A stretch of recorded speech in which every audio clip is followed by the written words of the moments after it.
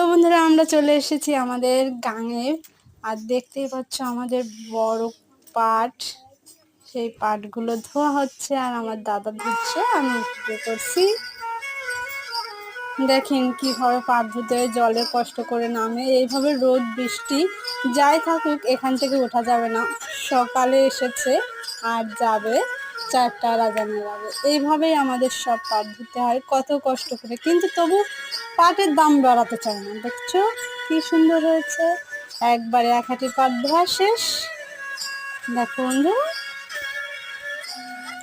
কোনো কিছুই সহজ নয়, সব কিছুই অনেক কষ্ট।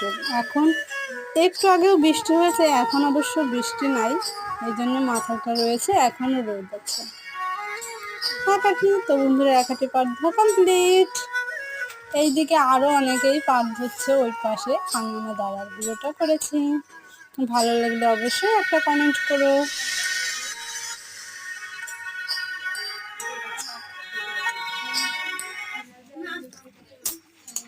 আর এক হাঁটি ধোয়া শেষ।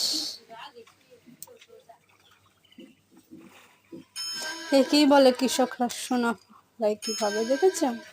এই হচ্ছে আমাদের সোনার ফসল।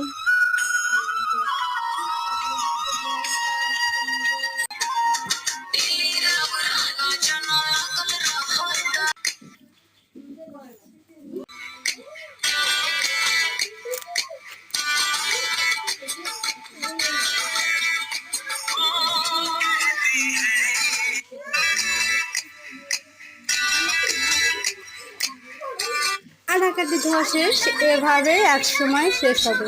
আর আমাদের নৌকা চলে এসেছে, এখন আমরা চলে যাব বাড়ি।